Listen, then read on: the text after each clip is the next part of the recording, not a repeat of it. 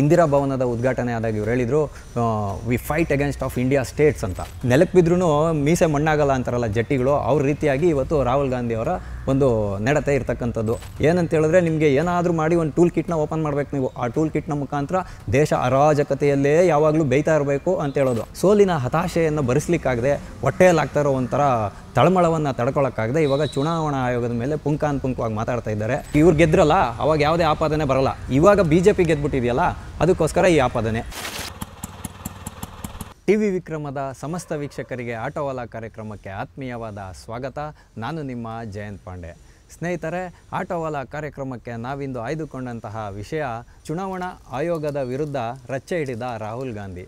ಏನಪ್ಪ ಇದು, ರಾಹುಲ್ ಗಾಂಧಿ ಚುನಾವಣಾ ಆಯೋಗದ ಮೇಲೆ ಯಾಕೆ ರಚ್ಚೆ ಹಿಡಿದಿದ್ದಾರೆ ಅಂತಂದರೆ, ಇವ್ರಿಗೆ ನಾವು ಚಿಕ್ಕಂದಲ್ಲಿ ಆಟ ಆಡ್ತಾ ಇದ್ವಿ, ಅವ್ರು ಬಿಟ್ಟು ಇವ್ರು ಯಾರು ಅನ್ನೋಂಥ ಒಂದು ಆಟನ ಇವ್ರು ಕಲ್ತ್ಕೊಂಡ್ಬಿಟ್ಟಿದ್ದಾರೆ. ಇತ್ತೀಚೆಗಷ್ಟೇ ಇಂದಿರಾ ಭವನದ ಉದ್ಘಾಟನೆ ಆದಾಗ ಇವ್ರು ಹೇಳಿದರು we fight against of India states ಅಂತ. ಅಂದರೆ ಭಾರತದ ಸಾರ್ವಭೌಮತೆಯ ವಿರುದ್ಧನೇ ಹೋರಾಟ ಮಾಡ್ತಾರಂತಿವರು.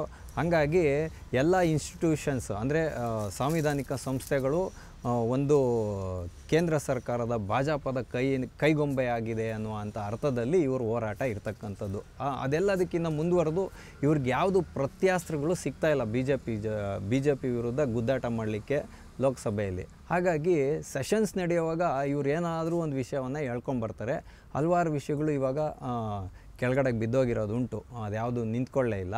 ಹಾಗಾಗಿ ಇವಾಗ ಮಹಾರಾಷ್ಟ್ರದ ಚುನಾವಣೆಯ ವಿಚಾರವಾಗಿ ಇಟ್ಕೊಂಡು ಒಂದು ಚುನಾವಣಾ ಆಯೋಗದ ಮೇಲೆ ಇಲ್ಲ ಸಲ್ಲದ ಆರೋಪಗಳನ್ನು ರಾಹುಲ್ ಗಾಂಧಿಯವರು ಮಾಡಿರ್ತಕ್ಕಂಥದ್ದು. ನಿನ್ನೆನೋ ಮೊನ್ನೆನೋ ಒಂದು ಪ್ರೆಸ್ ಮೀಟ್ ಮಾಡಿದ್ದಾರೆ. ಇದರಲ್ಲಿ ಇವ್ರು ಏನು ಹೇಳ್ತಾರೆ ಈ ಪ್ರೆಸ್ ಮೀಟ್ನಲ್ಲಿ ಅಂತ ಹೇಳಿದ್ರೆ, ಹಿಮಾಚಲ ಪ್ರದೇಶದಲ್ಲಿ 39 ಲಕ್ಷ ಮತದಾರರಿದ್ದಾರೆ.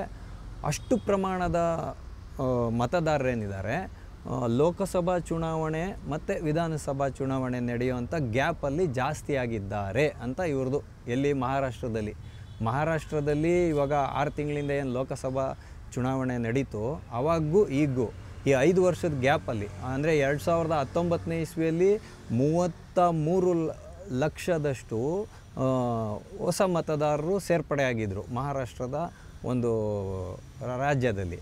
ಈಗ 19ರ ನಂತರದ 5 ವರ್ಷಗಳ ಕಾಲದಲ್ಲಿ 39 ಲಕ್ಷ ಜನ ಸೇರ್ಪಡೆ ಆಗಿದ್ದಾರೆ ಅಂತ ಅವರೇ ಹೇಳ್ತಾರೆ.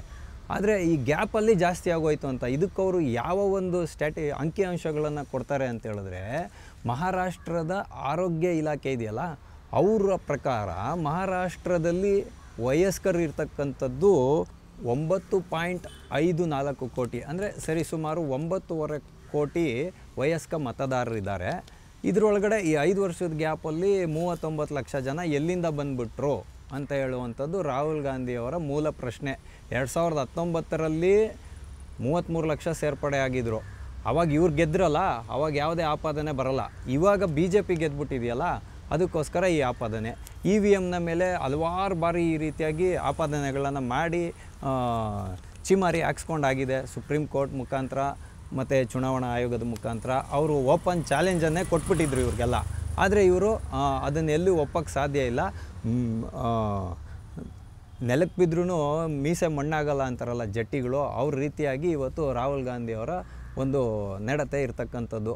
ಹಾಗಾಗಿ ಇವಾಗ ಸೋಲಿನ ಹತಾಶೆಯನ್ನು ಭರಿಸಲಿಕ್ಕಾಗದೆ, ಹೊಟ್ಟೆಯಲ್ಲಾಗ್ತಾ ಇರೋ ಒಂಥರ ತಳಮಳವನ್ನು ತಡ್ಕೊಳ್ಳೋಕ್ಕಾಗದೆ ಇವಾಗ ಚುನಾವಣಾ ಆಯೋಗದ ಮೇಲೆ ಪುಂಖವಾಗಿ ಮಾತಾಡ್ತಾ ಇದ್ದಾರೆ.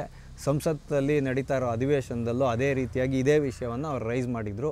ಹಾಗಾಗಿ ಇಲ್ಲಿ ನಾವು ಸೂಕ್ಷ್ಮವಾಗಿ ನೋಡಬೇಕಾಗುತ್ತೆ. ಇವಾಗ ರಾಹುಲ್ ಗಾಂಧಿಯವರು ಏನು ಮತದಾರರ ಪಟ್ಟಿಯನ್ನು ಕೊಡ್ತಾ ಇಲ್ಲ, ಹಾಗಾಗಿ ಮತದಾರರ ಪಟ್ಟಿಯನ್ನು ಕೊಡಿ ನಮಗೆ ಅಂತ ಪ್ರಶ್ನೆಯನ್ನು ಮಾಡಿರ್ತಕ್ಕಂಥದ್ದು. ಅಂದರೆ ಈ 39 ಲಕ್ಷ ಮತದಾರರು ಎಲ್ಲಿಂದ ಬಂದರು ಅನ್ನೋಂಥ ಮೂಲ ಪ್ರಶ್ನೆ.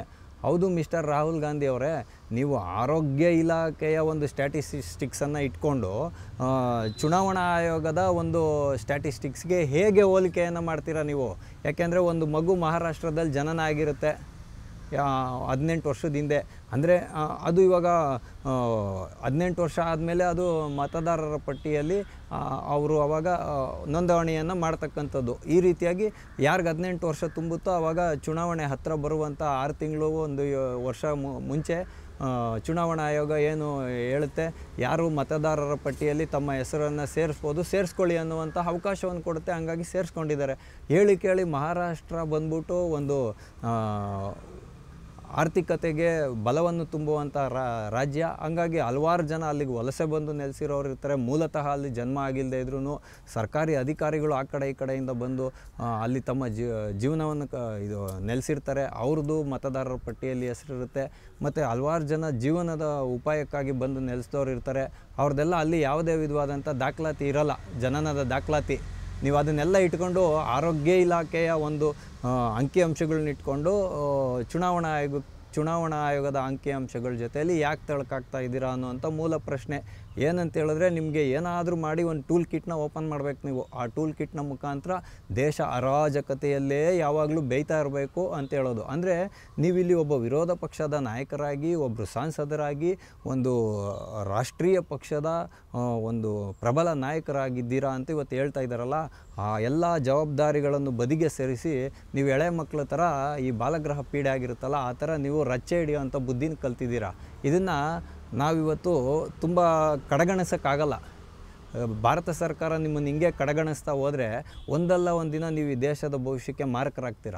ಹಾಗಾಗಿ ಇವತ್ತು ಇದನ್ನೆಲ್ಲ ಸೂಕ್ಷ್ಮವಾಗಿ ಗಮನಿಸಿದಂತಹ ಚುನಾವಣಾ ಆಯೋಗ ಕೆಲವು ವಿಷಯಗಳನ್ನು ನಿಮ್ಮ ಮುಂದೆ ಇಟ್ಟಿದೆ. ಇದಲ್ಲದೆ ನೀವು ಇನ್ನೂ ಒಂದು ಆಪಾದನೆ ಮಾಡಿದ್ದೀರಾ. ಏನಂತ ಅಂದರೆ, ಬುಡಕಟ್ಟು ಜನಾಂಗದವರ, ದಲಿತರ ಮತ್ತು ಅಲ್ಪಸಂಖ್ಯಾತರ ಒಂದು ಹೆಸರುಗಳನ್ನು ಮತದಾರರ ಪಟ್ಟಿಯಿಂದ ಕೈ ಬಿಡಲಾಗಿದೆ ಅಂತ. ಅಲ್ಲರಿ, ಎಷ್ಟೋ ಜನ ಜನ್ಮ ತಗೋತಾರೆ, ಮರಣ ಹೊಂದ್ತಾರೆ, ಮತ್ತು ಬೇರೆ ಪ್ರದೇಶಗಳಿಗೆ ವಲಸೆ ಹೋಗ್ತಾರೆ. ಅವರು ಮತದಾನವನ್ನೇ ಮಾಡಿರೋದಿಲ್ಲ, ಆ ವ್ಯಕ್ತಿ ಅಸ್ತಿತ್ವದಲ್ಲಿರೋ ಅಂಥ ಹೆಸರುಗಳನ್ನು ತೆಗೆದ್ರೆ ನಿಮಗೇನಾಗುತ್ತೆ ಕಷ್ಟ? ನಿಮಗೇನಾದರೂ ಕಷ್ಟ ಆಗುತ್ತಾ? ಮತ್ತು ಬೇರೆ ಬೂತ್ಗಳಿಗೆ ವರ್ಗಾಯಿಸಿದ್ದಾರೆ. ಹೌದಪ್ಪ, ಇವಾಗ ನಾನು ಬೂತ್ ನಂಬರ್ 10 ಇರ್ತೀನಿ ಅಂತ ಇಟ್ಕೊಳ್ಳಿ. ನಾನು ಪರ್ಮನೆಂಟಾಗಿ ಎಲ್ಲೋ ಒಂದು ಮನೆ ತೊಗೊಂಡೆ, ಇಲ್ಲ ನನ್ನ ಒಂದು ಕೆಲಸದ ಜಾಗ ಚೇಂಜ್ ಆಯಿತು, ಬೇರೆ ಘಟಕ್ಕೆ ಹೋಗಬೇಕಾಗುತ್ತೆ. ನಾನು ಅವಾಗ ಬೂತ್ ನಂಬರ್ 20 ಹೋಗಿ ನೆಲೆಸ್ತೀನಿ. ನಾನು ಬೂತ್ ನಂಬರ್ 10ಗೆ ಬಂದುಬಿಟ್ಟು ಅದು ಮತ ಹಾಕಬೇಕು ಅಂತೇನಾದರೂ ಲಾ ಇದೆಯಾ ಸಂವಿಧಾನದಲ್ಲಿ? ಇಲ್ವಲ್ಲ. ಹಾಗಾಗಿ ನಾನು 20ನೇ ನಂಬರ್ ಬೂತ್ಗೆ ವರ್ಗಾವಣೆ ಮಾಡ್ಕೊಳ್ತೀನಿ. ಅದನ್ನು ಕೇಳೋ ಅಂಥ ಅಧಿಕಾರ ನಿಮ್ಗೆ ಯಾರು ಕೊಟ್ಟಿದ್ದು? ಮತ್ತು ದಲಿತರು, ಅಲ್ಪಸಂಖ್ಯಾತರು ಮತ್ತು ಬುಡಕಟ್ಟು, SC ST ಅಲ್ಪಸಂಖ್ಯಾತರು, ಈ 3 ಜನನೇನಾ? ನಾವು ಹಿಂದೂಗಳು ಯಾರು ನಿಮ್ಮ ಕಣ್ಣು ಕಾಣಲ್ವಾ? ಹಾಗಾಗಿ ನಿಮ್ಮ ಒಂದು ಅಪ್ರಬುದ್ಧತೆಗೆ ನಾವು ಏನು ಹೇಳಬೇಕು ಅನ್ನೋದೇ ನನಗೆ ಅರ್ಥ ಆಗ್ತಾಯಿಲ್ಲ. ಯಾಕೆ ಅಂತ ಹೇಳಿದ್ರೆ, ನೀವು ಹೇಳೋದು ಹೆಂಗಿದೆ ಅಂತ ಹೇಳಿದ್ರೆ, ನೀವು ಚುನಾವಣೆಯಲ್ಲಿ ಗೆಲ್ಲಬೇಕು ಅಂತ ಯಾರಿಗೂ 18 ವರ್ಷನೇ ಆಗಬಾರ್ದು. ಅವರೆಲ್ಲ 17 ವರ್ಷ 11 ತಿಂಗಳಲ್ಲೇ ಸ್ಟೇ ಆಗಿಬಿಡ್ಬೇಕು ಅನ್ನೋವಂಥ ರೀತಿಯಲ್ಲಿದೆ ನಿಮ್ಮದು ಇವತ್ತು ಮಾಡಿರೋಂತಹ ನೀವು ಪತ್ರಿಕಾ ಪ್ರಕಟಣೆ. ಸ್ವಾಮಿ, ಕಾಂಗ್ರೆಸ್ ಪಾರ್ಟಿಯವರು ನೀವು ಇಲ್ಲಿ ತಿಳ್ಕೊಳ್ಳಿ, ನೀವು ಜನಾನುರಾಗಿಗಳಾಗಿ ಕೆಲಸ ಮಾಡಿದ್ದಿದ್ರೆ, ಜನಕ್ಕೆ ಮುಟ್ಟುವಂತಹ ಕೆಲಸಗಳನ್ನು ಮಾಡಿದ್ದಿದ್ರೆ, ಇವತ್ತು ನಿಮ್ಮ ತಂದೆಯವರೇ ಹೇಳಿದರು, ರಾಜೀವ್ ಗಾಂಧಿಯವರು ಏನಂತ, ಡೆಲ್ಲಿಯಿಂದ ₹1 ನಾವು ಜನ ಕಲ್ಯಾಣಕ್ಕೆ ಬಿಡುಗಡೆ ಮಾಡಿದ್ರೆ ಅದು ಹೋಗಿ ತಲುಪ್ತಕ್ಕಂಥದ್ದೇ 15 ಪೈಸಾ ಅಂತ. ಇವತ್ತು ಅಂಥ ವಾತಾವರಣ ದೇಶದಲ್ಲಿಲ್ಲ. ₹100 ಕೇಂದ್ರ ಸರ್ಕಾರ ಬಿಡುಗಡೆ ಮಾಡಿದ್ರೆ, ಭಾಜಪ ಸರ್ಕಾರ, ಮೋದಿ ಸರ್ಕಾರ, ₹100 ಜನಗಳಿಗೆ ತಲುಪುತ್ತೆ. ಆ ರೀತಿಯಾದಂಥ ವ್ಯವಸ್ಥೆ ಮಾಡಿದ್ದಾರೆ. ಅದನ್ನು ನೀವು ಸುದೀರ್ಘವಾಗಿ 55 ವರ್ಷಗಳ ಕಾಲ ದೇಶ ಆಳಿದ್ರಲ್ಲ, ಅವಾಗ ನೀವು ಯಾಕೆ ಮಾಡಲಿಲ್ಲ ಅನ್ನೋವಂಥ ಪ್ರಶ್ನೆ ಬರುತ್ತೆ. ಇರಲಿ, ಅದು ಹೇಗೂ ಇರಲಿ. ಈಗ ಚುನಾವಣಾ ಆಯೋಗ ತನ್ನ ಎಕ್ಸ್ ಖಾತೆಯಲ್ಲಿ ಹೇಳಿದೆ, ನಿಮಗೆ ಲಿಖಿತವಾದ ಉತ್ತರವನ್ನು ಕೊಡಬೇಕು ಅನ್ನೋದೇನು ಚುನಾವಣಾ ಆಯೋಗದ ಗಮನಕ್ಕೆ ಬರ್ತಾಯಿಲ್ಲ. ಅದಕ್ಕಾಗಿ ಎಕ್ಸ್ನಲ್ಲಿ ಅವ್ರು ಈ ರೀತಿಯಾಗಿ ಹಾಕ್ಕೊಂಡಿದ್ದಾರೆ. ಏನಂತೇಳಿದ್ರೆ, ವಾಸ್ತವಾಂಶಗಳನ್ನು ಆಧರಿಸಿ ಎಲ್ಲ ರಾಜಕೀಯ ನಾಯಕರು ಕೇಳುವಂತಹ ಪ್ರಶ್ನೆಗಳಿಗೆ ನಾವು ಅಂಕಿ ಅಂಶಗಳ ಮೂಲಕ ಸಮಾಧಾನಕರವಾದಂಥ ಉತ್ತರವನ್ನು ಕೊಡ್ತೀವಿ, ನಿರೀಕ್ಷಿಸಿ ಅಂತ. ಅಂದರೆ ನೀವು ಎಲ್ಲೂ ಬಾಯಿ ಬಿಡದೆ, ಬಾಯಿ ಮುಚ್ಕೊಂಡು ಸ್ವಲ್ಪ ಸುಮ್ಮನೆ ಇರಿ. ಯಾವ್ಯಾವ ಚುನಾವಣೆಯಲ್ಲಿ ಎಲ್ಲೆಲ್ಲಿಂದ ಜನರು ಬಂದಿದ್ದಾರೆ, ಯಾರ್ಯಾರು ನೋಂದಣಿ ಆಗಿದ್ದಾರೆ ಹೊಸ ಮತದಾರರು ಅನ್ನೋದನ್ನು ಎಲ್ಲ ಕ್ಷೇತ್ರವಾರು ಅಂಕಿಅಂಶಗಳನ್ನ ಕೊಡ್ತೀವಿ ಅಂತ ಹೇಳಿದ್ದಾರೆ. ಇದನ್ನು ಅಧಿಕೃತ ಅಂತ ನಾವು ಪರಿಗಣನೆಗೆ ತಗೋಬೇಕಾ, ಅಥವಾ ನಿಮ್ಮ ಬೂತ್ ಮಟ್ಟದ ಕಾರ್ಯಕರ್ತರು ಹೋಗಿ ಸರ್ವೆ ಮಾಡ್ಕೊಂಬಂದಿರೋದನ್ನು ಅಧಿಕೃತ ಅಂತ ತಗೋಬೇಕಾ ಭಾರತದ ನಾಗರಿಕರು ನಾವು ಅನ್ನೋಂಥ ಪ್ರಶ್ನೆ ನಿಮ್ಮ ಮುಂದೆ ಇಡ್ತೀನಿ. ಆಯ್ತಲ್ಲ ರಾಹುಲ್ ಗಾಂಧಿ ಅವರೇ? ಈಗ ಮತದಾರರ ಪಟ್ಟಿಯಲ್ಲಿ ಅನಧಿಕೃತವಾದಂತಹ ಹೆಸರುಗಳು ಸೇರ್ಪಡೆ ಆಗ್ತಾಯಿದೆ ಅನ್ನೋದೇ ಕಾಂಗ್ರೆಸ್ ಪಾರ್ಟಿಯ ವೇದನೆ. ಆದರೆ ಇತ್ತೀಚೆಗೆ ಒಂದು ವಿಷಯ ಮುನ್ನೆಲೆಗೆ ಬಂದಿತ್ತು. ಆಧಾರ್ ಕಾರ್ಡ್ಗೆ ಮತದಾರರ ಪಟ್ಟಿಯನ್ನು ಲಿಂಕ್ ಮಾಡಬೇಕಂತ. ಅದಕ್ಕೆ ನಿಮ್ಮ ಕಾಂಗ್ರೆಸ್ ಪಾರ್ಟಿ ಒಪ್ಕೊಳ್ಳುತ್ತಾ ಅನ್ನೋವಂಥ ಪ್ರಶ್ನೆಯನ್ನು ಮಿಸ್ಟರ್ ರಾಹುಲ್ ಗಾಂಧಿ ಅವ್ರ ಮುಂದೆ ಇಡೋದ್ರ ಮುಖಾಂತರ ಆಟೋವಾಲ ಕಾರ್ಯಕ್ರಮವನ್ನು ನಾವಿಂದು ಮುಗಿಸ್ತಾ ಇದ್ದೇವೆ. ಮುಂದೆ ಇಂತಹದ್ದೇ ಒಂದು ಕುತೂಹಲಕಾರಿಯಾದ ವಿಷಯದೊಂದಿಗೆ ನಾವೆಲ್ಲರೂ ಮತ್ತೆ ಭೇಟಿಯಾಗೋಣ. ಅಲ್ಲಿಯವರೆಗೂ ಟಿ ವಿ ವಿಕ್ರಮವನ್ನು ಸಬ್ಸ್ಕ್ರೈಬ್ ಮಾಡುವುದರ ಮುಖಾಂತರ, ನಿಮ್ಮ ಸದ್ವಿಚಾರಗಳನ್ನು ಕಾಮೆಂಟ್ ಮಾಡುವುದರ ಮುಖಾಂತರ ಹಾಗೂ ಶೇರ್ ಮಾಡುವುದರ ಮುಖಾಂತರ ನಮ್ಮನ್ನು ಪ್ರೋತ್ಸಾಹಿಸಿ. ಟಿವಿ ವಿಕ್ರಮ, ದೇಶ ನಿಮ್ಮ ಕೈಯಲ್ಲಿ. ಈ ಕಾರ್ಯಕ್ರಮ ನಿಮಗೆ ಇಷ್ಟ ಆಗಿದ್ದಲ್ಲಿ ಲೈಕ್, ಶೇರ್ ಹಾಗೂ ಕಮೆಂಟ್ ಮಾಡಿ. ಟಿವಿ ವಿಕ್ರಮದ ಕಾರ್ಯಕ್ರಮಗಳನ್ನು ನಿರಂತರವಾಗಿ ವೀಕ್ಷಿಸಲು ಸಬ್ಸ್ಕ್ರೈಬ್ ಮಾಡಿ, ಬೆಲ್ ಐಕನ್ ಒತ್ತಿ.